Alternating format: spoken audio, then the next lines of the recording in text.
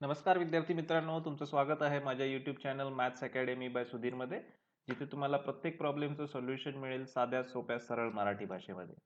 तर मित्रांनो, आज आपण व्हिडिओ लेक्चरमध्ये स्टडी करणार आहोत 2x2 मॅट्रिक्सची आयगेन व्हॅल्यू कशी सोडवायची. ठीक आहे, आणि त्याच्यावरचं एक एक्झाम्पल बघणार आहे आपण, जे आपण बोर्ड एक्झाममध्ये विचारलेलं आहे. सो बघूया आपण आयगेन व्हॅल्यू 2x2 मॅट्रिक्सची कशी कॅल्क्युलेट करायची बाय एन एक्झाम्पल. सो एक एक्झाम्पल आपण घेऊया. Find the eigenvalue of matrix A is equals to 14 minus 10 5 minus 1. हा आपल्याला एक 2x2 चा मॅट्रिक्स दिलेला आहे. 14 minus 10 5 minus 1. आता कुठल्याही मॅट्रिक्सची जर आयगेन व्हॅल्यू कॅल्क्युलेट करायची असेल तर पहिल्या स्टेपला काय करायचं आहे, आपल्याला एक कॅरेक्टरिस्टिक इक्वेशन लिहायचं आहे. सिंपल आहे हे कॅरेक्टरिस्टिक इक्वेशन. आता त्याचा फॉर्म्युला काय आहे कॅरेक्टरिस्टिक इक्वेशन लिहायचा? Determinant of A minus lambda I equal to 0. याला कॅरेक्टरिस्टिक इक्वेशन असंही म्हटलं जातं किंवा डिटर्मिनंट इक्वेशन. का डिटर्मिनंट इक्वेशन म्हणतात?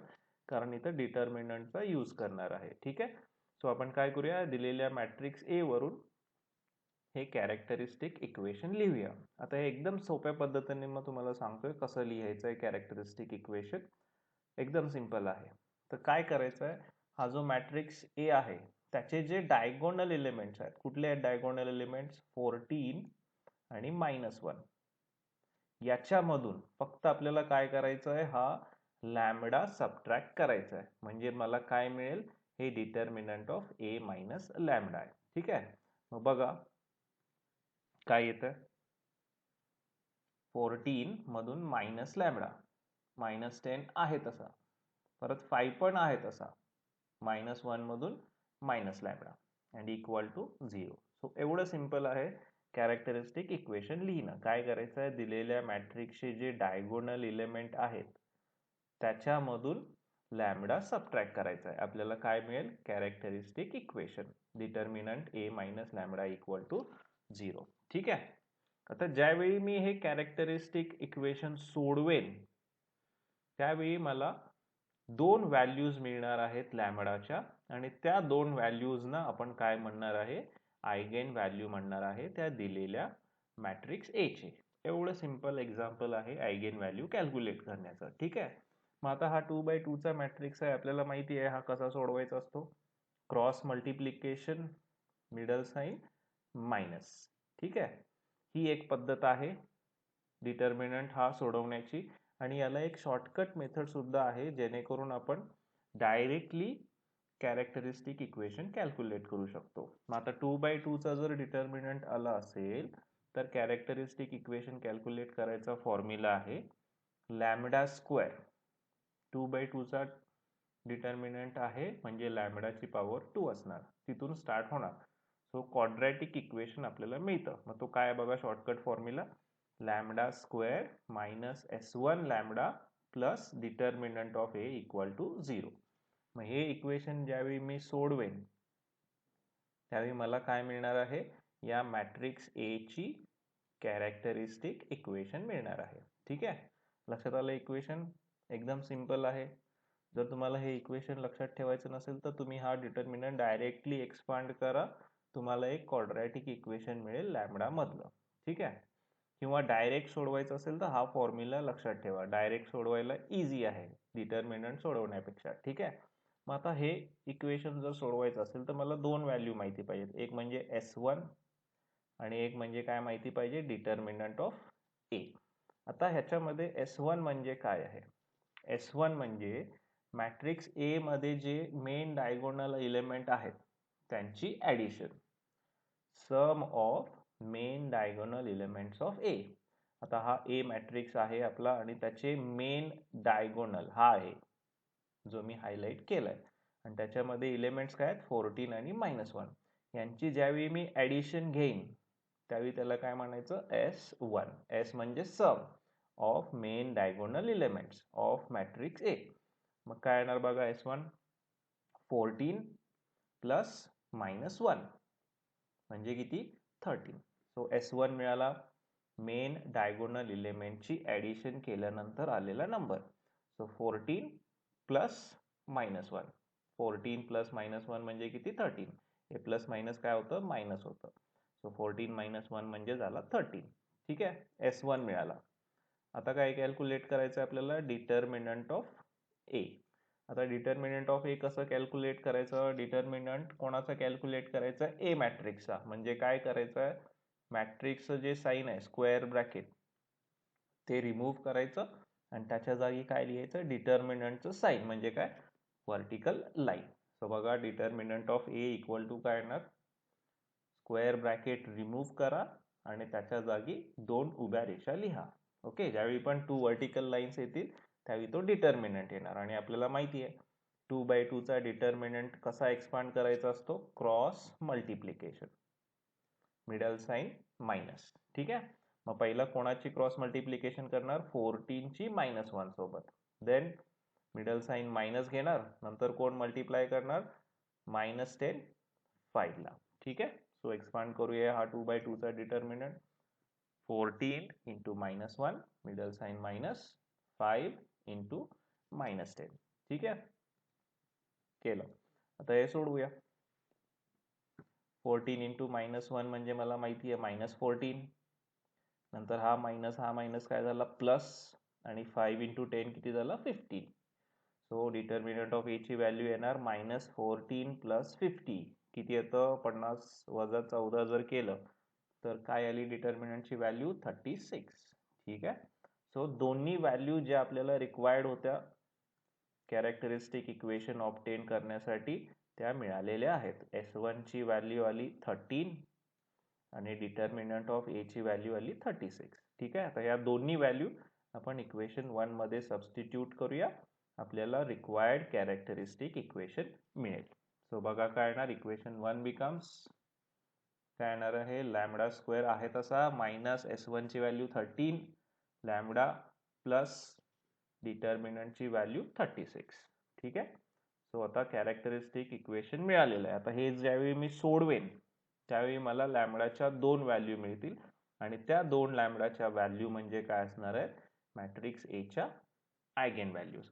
मग आता हे क्वाड्रॅटिक इक्वेशन आहे, क्वाड्रॅटिक इक्वेशन चे फॅक्टर कसे कॅल्क्युलेट करायचे हे आपल्याला माहिती आहे. कसं कॅल्क्युलेट करतो आपण मिडल टर्म स्प्लिट करून. पण ही कशी स्प्लिट करायची असते लॅमडा स्क्वेअरचा कॉन्स्टंट मल्टिप्लाय करायचा कोणाला या शेवटच्या कॉन्स्टंटला. म्हणजे काय येणार लॅमडा स्क्वेअरचा कोएफिशियंट आहे 1, हा जर 36 ला मल्टिप्लाय केला तर किती येणार 36, साइन काय प्लस.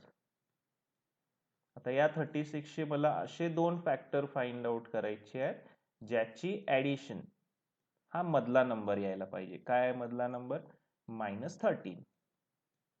ठीक आहे, आणि त्या दोन फॅक्टरची जर मल्टिप्लिकेशन घेतली तर मला काय मिळालं पाहिजे +36. मग आता असे कुठले फॅक्टर आहेत 36 चे ज्याची ऍडिशन 13 येऊ शकते. आता 36 चे किती फॅक्टर आपल्याकडे अवेलेबल आहेत 4 9 36, 6 6 36 आणि कुठला 36 1 36. मग यातला आपल्याला कुठला लागू होतो बघा ज्याची ऍडिशन 13 येऊ शकते पहिला. ठीक आहे, सो हा फॅक्टर आपण घेणार 4 इंटू 9 किती असतं 36. आता चेक करा मला काय पाहिजे त्या दोन फॅक्टरची ऍडिशन किती यायला पाहिजे -13 यायला पाहिजे, मधला नंबर यायला पाहिजे. मग आता या दोघांची ऍडिशन घेतली तर +13 येते. मला -13 यायची असेल तर काय करायला पाहिजे दोघांना पण मायनस साइन द्यायला पाहिजे. सो -4 प्लस -9 म्हणजे किती -13. एवढेच चेक करायचं नाही मल्टिप्लिकेशन पण चेक करा मायनस मायनस प्लस आणि 4 इंटू 9 36. ठीक आहे, सो आपल्याला आपले फॅक्टर मिळालेले आहेत या क्वाड्रॅटिक इक्वेशनचे. कसे कॅल्क्युलेट करायचे लक्षात आले ना, मधली टर्म स्प्लिट करायची कशी कोएफिशियंट पहिल्याचा मल्टिप्लाय करायचा कॉन्स्टंटला. ठीक आहे, आणि त्याचे फॅक्टर पाडायचे. ठीक आहे, मग आता फॅक्टर लिहितो मी या क्वाड्रॅटिक इक्वेशनचे फॅक्टर. पहिला फॅक्टर काय असणार आहे लॅमडा -4 आणि दुसरा फॅक्टर काय असणार आहे लॅमडा -9. ठीक आहे, ते जे फॅक्टर आले त्याच्या आधी फक्त लॅमडा लिहायचा, तुम्हाला फॅक्टर्स मिळून जातील. ठीक आहे, सो लॅमडा -4 हा पहिला फॅक्टर आणि दुसरा फॅक्टर काय लॅमडा -9 इक्वल टू 0. मग याच्यावरून मला आता दोन लॅमडाच्या व्हॅल्यू मिळतील. पहिली व्हॅल्यू काय असणार आहे 4 -4 राईटला गेला की काय होणार +4. दुसरा फॅक्टर काय असणार आहे, सॉरी दुसरी लॅमडाची व्हॅल्यू काय असणार -9 राईटला गेला की काय होणार +9. ओके, सो आपल्याला लॅमडाच्या व्हॅल्यूज मिळालेल्या आहेत. आता या लॅमडाच्या व्हॅल्यूज म्हणजेच काय असतं, दिलेल्या मॅट्रिक्स ए च्या eigen value. So these are the required eigen values of the matrix ए. 14 - 10 5 - 1. इतकं सिंपल एक्झाम्पल आहे मित्रांनो eigen value of matrix calculate करण्याचं. आय होप तुम्हाला लक्षात आलं असेल की 2x2 मॅट्रिक्सच्या आयगेन व्हॅल्यूज कशा कॅल्क्युलेट करूया. ठीक आहे, आपण आणखी एक एक्झाम्पल बघूया सो दॅट आपली ही कन्सेप्ट आणखी क्लिअर होईल. ठीक आहे, सो बघूया दुसरं example. Find the eigen value of the matrix 5 4 1 2. So पहिला काय करतो मी, दिलेला मॅट्रिक्स लिहून घेतो. काय आहे तो 5 4 1 2. काय आहे पहिली स्टेप आयगेन व्हॅल्यू कॅल्क्युलेट करायची 2x2 मॅट्रिक्सची, कॅरेक्टरिस्टिक इक्वेशन कॅल्क्युलेट करायचं. काय आहे फॉर्म्युला कॅरेक्टरिस्टिक इक्वेशन कॅल्क्युलेट करायचं, determinant of a minus lambda I equal to 0. व्यवस्थित वाचा, determinant a minus lambda I is equal to 0. मग आता हा डिटर्मिनंट कसा ऑब्टेन करायचा म्हणून मी तुम्हाला सांगितलंय, जो मॅट्रिक्स ए आहे त्याच्या डायगोनल इलेमेंट मधून काय सबट्रॅक्ट करायचं, फक्त लॅमडा सबट्रॅक्ट करायचं. तुम्हाला हा डिटर्मिनंट मिळून जाईल. मग काय येणार सांगा जरा, डिटर्मिनंट मध्ये पहिला एलिमेंट काय येणार 5 मायनस लॅमडा, 4 आहे तसा 1 आणि 2 मायनस लॅमडा. डायगोनल इलेमेंट मधून लॅमडा सबट्रॅक्ट करायचं, आपल्याला हा डिटर्मिनंट मिळून जाईल इक्वल टू 0. आता मी मगाशी सांगितलंय आपल्याकडे दोन चॉईस आहेत कॅरेक्टरिस्टिक इक्वेशन कॅल्क्युलेट करायचं. एक तर हे डिटर्मिनंट एक्सपांड करा किंवा डायरेक्ट शॉर्टकट फॉर्म्युला यूज करायचा. काय हे shortcut formula characteristic equation calculate करायचा, lambda square minus S1 lambda plus determinant of A equal to 0. ठीक आहे, मग आता हे इक्वेशन जर सोडवायचं असेल तर मला S1 आणि डिटर्मिनंट ऑफ ए ची व्हॅल्यू शोधायला पाहिजे. मी मगाशी सांगितलं S1 म्हणजे काय, sum of main diagonal elements of matrix A. Matrix A मध्ये जे मेन डायगोनल इलेमेंट्स आहेत त्यांची ऍडिशन. मग काय आहेत मेन डायगोनल इलेमेंट 5 आणि दुसरा काय आहे 2. याची काय घ्यायची ऍडिशन. हे घेतली की मला काय मिळणार S1 मिळणार. सो किती येतं 5 + 2 7. ठीक आहे, आता काय ऑब्टेन करायचं आहे डिटर्मिनंट. डिटर्मिनंट एखाद्या मॅट्रिक्सचा कसा ऑब्टेन करायचा असतो, स्क्वेअर ब्रॅकेट रिमूव्ह करायचा आणि त्याच्या जागी काय लिहायचं, 2 व्हर्टिकल लाईन्स. ठीक आहे, मग आता आपल्याला माहिती आहे 2x2 चा मॅट्रिक्स आपण कसा एक्सपांड करतो, cross multiplication 5 × 2 10, middle sign minus 4 × 1 किती 4. ठीक आहे, बघा मग काय तर determinant of A is equals to 5 × 2 middle sign minus 4 × 1. 5 × 2 म्हणजे 10 मायनस 4 × 1 म्हणजे 4 आणि 10 - 4 म्हणजे किती आला 6 आला. सो डिटर्मिनंट आपल्याला मिळाला आणि S1 पण मिळाला. आता काय करूया, या दोन्ही व्हॅल्यू इक्वेशन 1 मध्ये सबस्टिट्यूट करूया. आपल्याला काय मिळेल, कॅरेक्टरिस्टिक इक्वेशन मिळेल. काय आलं बघा, मग ते lambda square minus 7 lambda plus 6 equal to 0. S1 च्या जागी 7 लिहिला आणि डिटर्मिनंटच्या जागी 6 लिहिला. सो काय आलं equation, lambda square minus 7 lambda plus 6 is equals to 0. आता याचे आपल्याला फॅक्टर पाडायचे आहेत आणि ते फॅक्टर मिळाले की आपल्याला दोन आयगेन व्हॅल्यू मिळतील. मागाशी सांगितलं तसं काय करायचं, लॅमडा स्क्वेअरचा कोएफिशियंट 1 हा कशाला मल्टिप्लाय करायचा, कॉन्स्टंट प्लस 6 ला. सो 1 × 6 म्हणजे काय 6 + 6. आता याचे असे दोन फॅक्टर आपल्याला शोधायचे आहेत ज्याची ऍडिशन किती यायला पाहिजे, मधला नंबर. काय आहे मधला नंबर -7 आणि त्या दोन फॅक्टरची मल्टिप्लिकेशन केली की काय मिळायला पाहिजे +6. मग आता जरा बघा 6 चे कोणते फॅक्टर पॉसिबल आहेत. बघा मी इथं लिहितो 6 × 1, आणखी कुठला 2 × 3. याच्या व्यतिरिक्त दुसरे कुठलेही फॅक्टर पडत नाहीत. मग आता कुठल्या दोन फॅक्टरची ऍडिशन 7 येते, 2 आणि 3 ची येते का, नाही, म्हणजे हा फॅक्टर नाही आहे. कोणाची येते 6 आणि 1 ची. ठीक आहे, सो 6 इंटू 1 हा फॅक्टर आपण घेणार आहे. पण त्या दोघांची ऍडिशन किती यायला पाहिजे? -7. मग -7 ही ऍडिशन पाहिजे असेल तर दोघांना पण मायनसने मल्टिप्लाय करायला पाहिजे.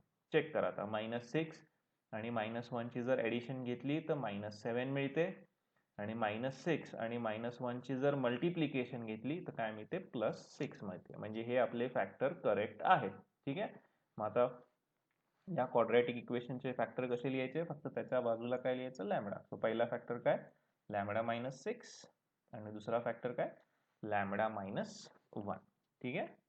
So these are the two factors of characteristic equation. आता याच्यावरून आपण काय लिहिणार?